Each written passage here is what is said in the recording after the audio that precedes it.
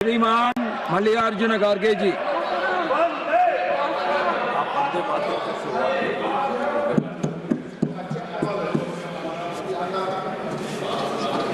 सभापति महोदय, सही बोलता हूं मैं, झूठ बोलने की आदत आपको है।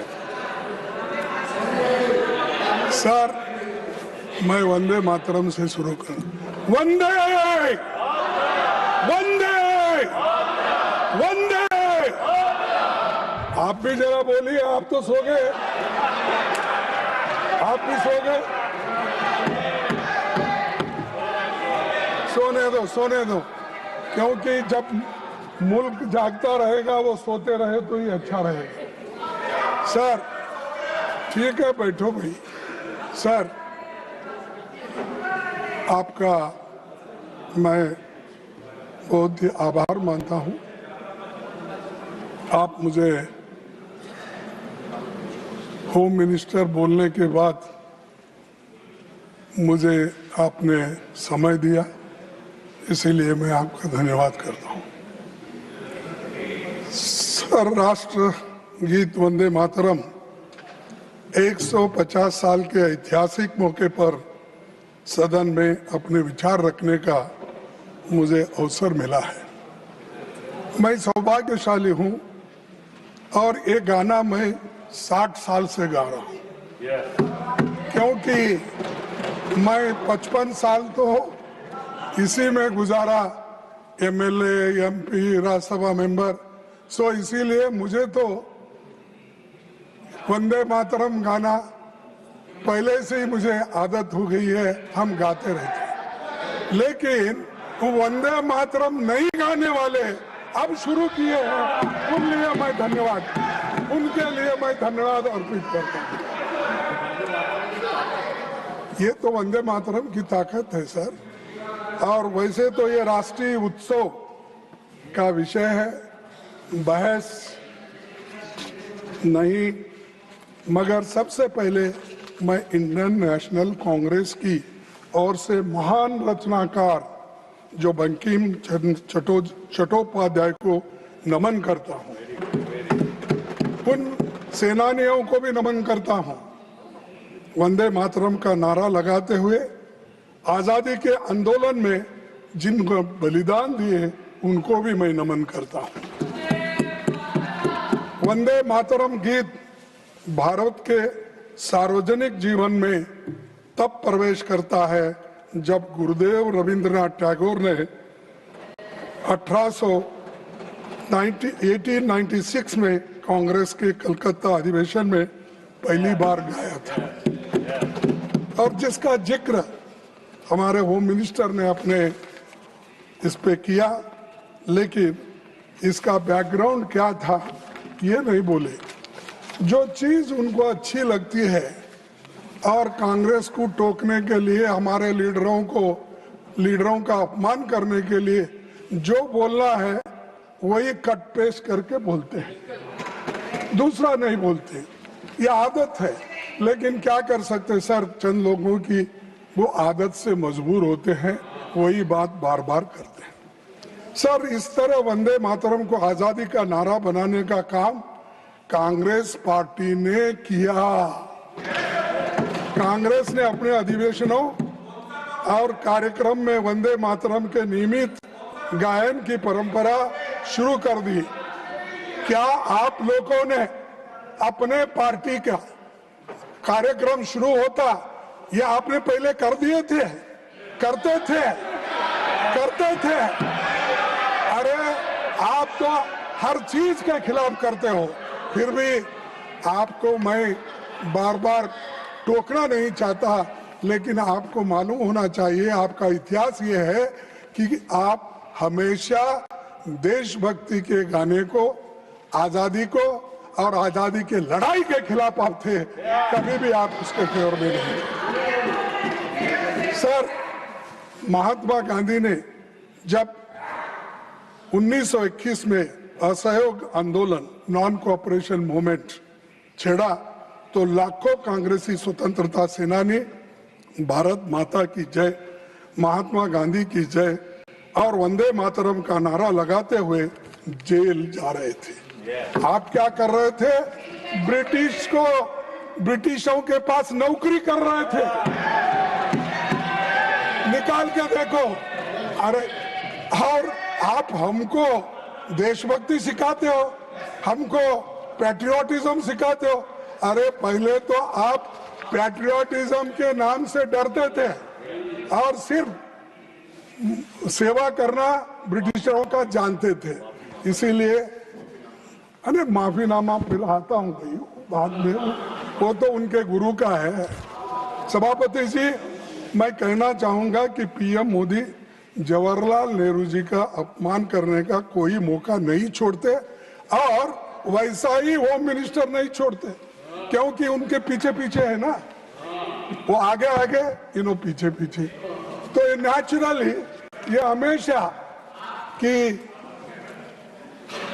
इसीलिए वो हमेशा कांग्रेस का गिला करते हैं और हमारे पार्टी के बारे में, नेताओं के बारे में, यहाँ तक कि हर कांग्रेस के लीडर का अपमान करने का मौका नहीं छोड़ते। लेकिन मैंने प्रधानमंत्री का भाषण सुना और उन्होंने नेहरू जी पर आरोप लगाया और कहा कि 1937 में नेहरू जी के नेतृत्व में कांग्रेस पार्टी ने मूल वंदे मातरम गीत से महत्वपूर्ण पद हटा दिए थे। अभी जिसका जिक्र उन्होंने किया, यहाँ तक भी किया कि मुसलमानों का नाम लेके उनको डर के वो हटा दिए, ये भी कहा उन्होंने। सर, ये बातें आप अब बता रहे हैं, जब आप मुस्लिम लीग के साथ मिलके गवर्नमेंट किए, श्यामा प्रसाद मुखर्जी और मुस्लिम लीग मिलके आपने बंगाल में जो गवर्नमेंट की, कहाँ गया था देशभक्ति? कहाँ गया था आपका देशभक्ति? कहाँ थे आप लोग? क्या देश के लिए कोई? अरे ये लोग, अरे पढ़ो, आपका इतिहास मालूम होता है।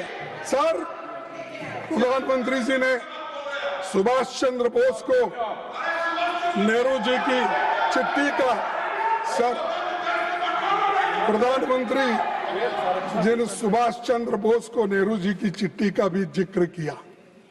हमेशा की तरह उन्होंने फिर से सदन को गुमराह किया।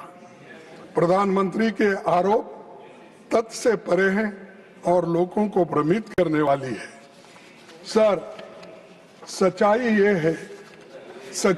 है 16 अक्टूबर 1937 को नेताजी सुभाष चंद्र बोस ने गुरुदेव रविंद्रनाथ टैगोर को पत्र लिखा और उनसे पूछा कि कांग्रेस को वंदे मातरम के प्रति क्या रुख अपनाना है। ये किसने लिखा? नेताजी सुभाष चंद्र बोस। उनके बारे में भी डाउट है आपको?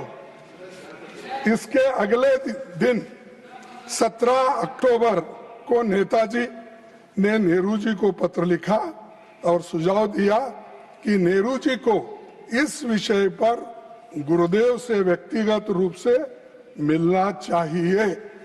ये सुभाष चंद्र बोस के वाक्य है।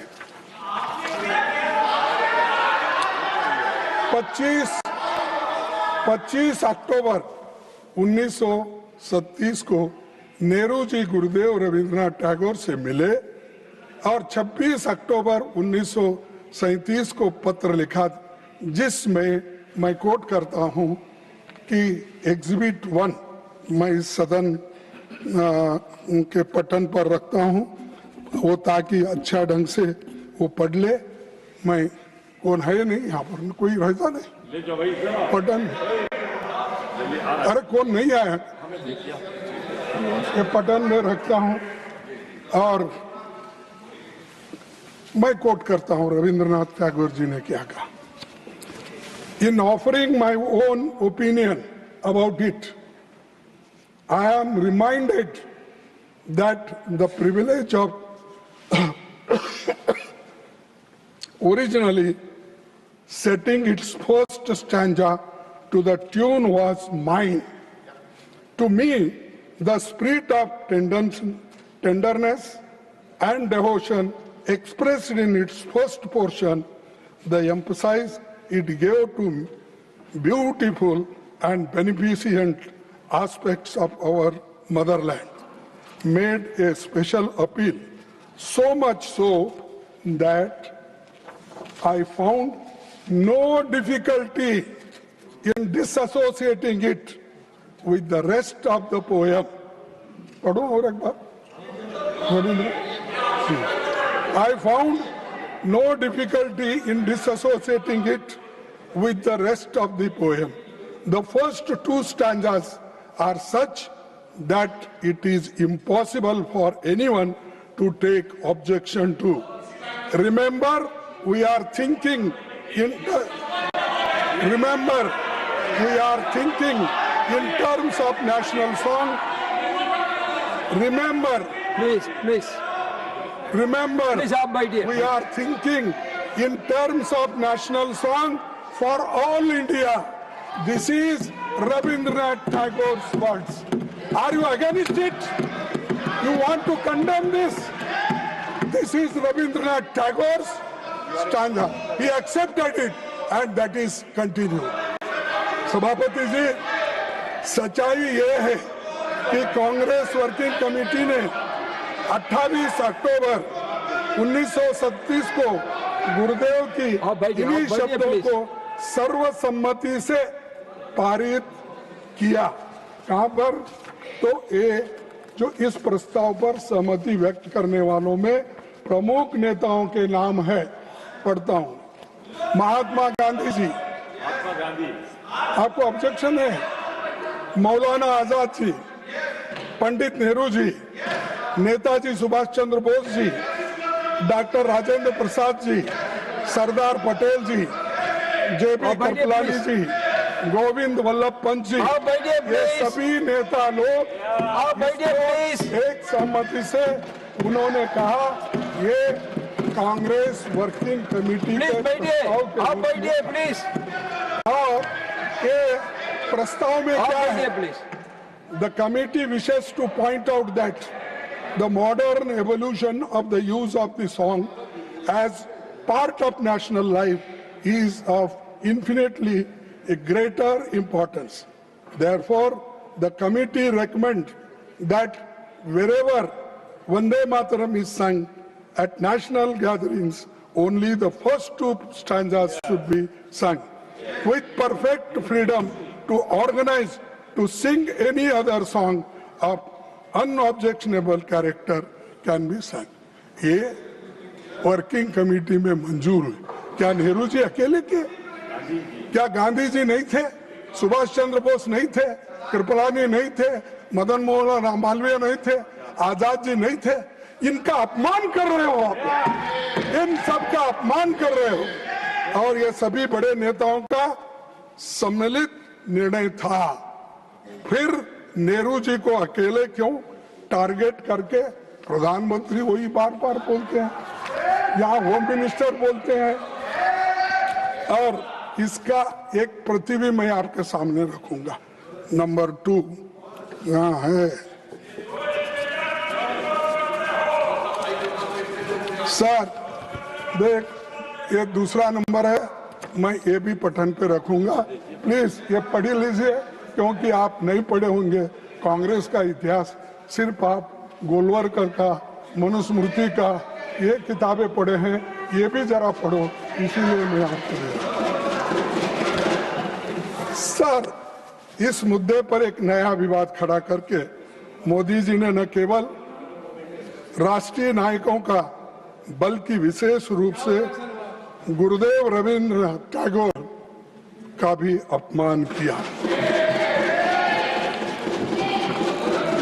यह नेताजी सुभाष चंद्र बोस का भी अपमान है, जिन्होंने वंदे मातरम को स्वतंत्रता संग्राम की धड़कन बना दिया, और उसी पूरी पीढ़ी का भी अपमान किया जिसने जेलों की यातनाएं नहीं सही, लाठियां खाई और इस गीत को अपने हृदय में रखकर देश के लिए प्राण न्यौछावर कर दिए। इसीलिए मोदी जी को आपको देश से माफी मांगना चाहिए, जिन्होंने देश के आजादी के लिए लड़ा, अपनी जान दिया और सैकड़ों दिन जेल में रहे और हर तरीके के मुसीबत झेले, और भगत आज कुछ किए बिना आप ना लड़े, कुछ भी नहीं, फुकट में आके बैठे हैं और आज ये बात बोल रहे हैं, हाँ? और आजादी लाए हम तो इसीलिए ये लोगों को उसका ये मालूम नहीं है वैल्यू। सर, सभापति जी, मैं सदन को याद दिलाना चाहूंगा कि हिंदू महासभा और आरएसएस ने स्वतंत्रता संग्राम में भाग नहीं लिया था। यही नहीं, उन्होंने भारत के संविधान की प्रतियां भी जला दी थी। उन्हें आपत्ति थी कि जो बाबा साहब अम्बेडकर ने संविधान बनाया था वो मनुस्मृति पर आधारित नहीं था, इसीलिए हम उसको मान्यता नहीं देंगे, और यहीं पर उसको जलाया गया दिल्ली में। उन्होंने महात्मा गांधी, पंडित नेहरू और अंबेडकर के पुतले यहीं रामलीला मैदान पे जलाए। ये इतिहास है, आप पढ़िए। और जो संविधान को मानने वाले नहीं हैं और हमसे बार बार कहते हैं कि तुम क्या किए, तुम क्या करें, क्या तुम्हारे घर में नौकरी करना, क्या किए देश के लिए करें, हमारे लोग मरे, जेल में गए।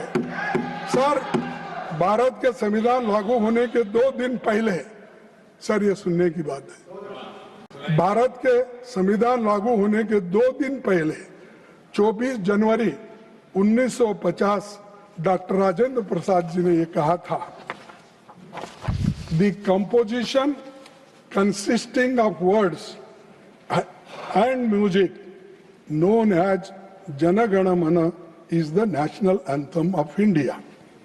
And the song Vande Mataram, which has played a historic part in the struggle for Indian freedom, shall be honored equally with Jana Gana Mana and shall have equal status with it. ये